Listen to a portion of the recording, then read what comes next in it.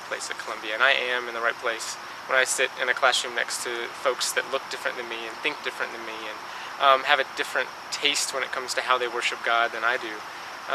That's healthy, and learning how to have those conversations about why we're different and what it means to love each other because of those differences and even in spite of those differences is really powerful. And as the world is becoming more and more connected and as God's world is changing, we need to know how to have those conversations, and we need to know how to be creative with the ways that we engage each other and we engage Scripture and in the ways in which we engage ministry. Leaders aren't just called to follow a map. It's not about learning a particular way or a particular set of skills that will last you forever. I think it's very much about learning how to learn as you go along. It's very, very intriguing to be able to sit in a classroom setting or sit, in a seminary context and even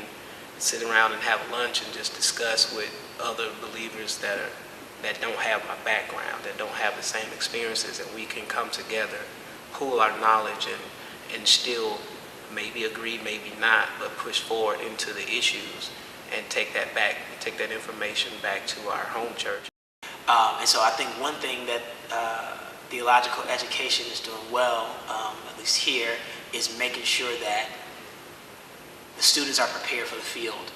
by giving them opportunities to try and fail and then try again.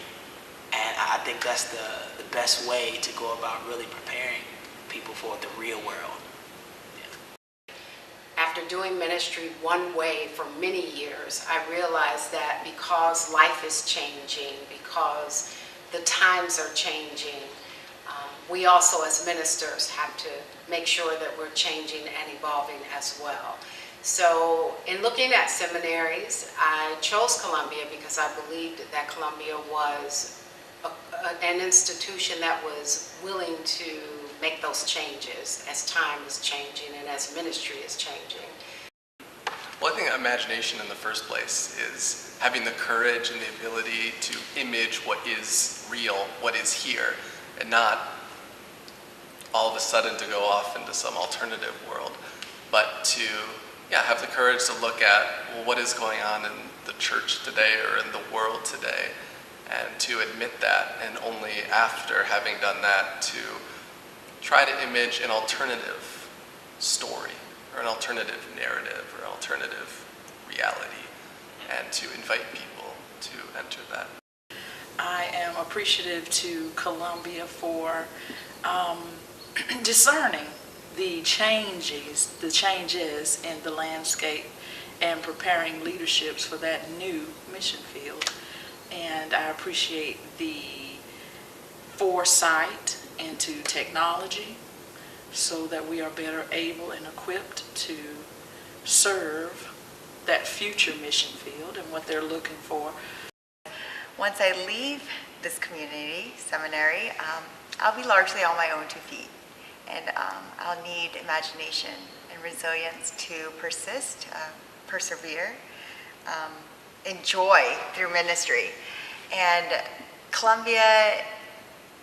is an academic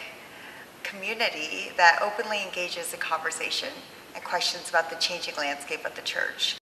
Here at CTS, I think I've seen a lot of creativity and understanding of this idea that we must be imaginative in the way we approach church leadership, that we must be willing to change and willing to bounce around ideas. And the way that we are trained at Columbia is especially focused on the area of not only that creative side that's needed so much in our churches today, but also the courage to stick it out, to be resilient, to deal with the tension in a way that not only grows our community of faith, but also enables us to be a part of that process as we seek God together.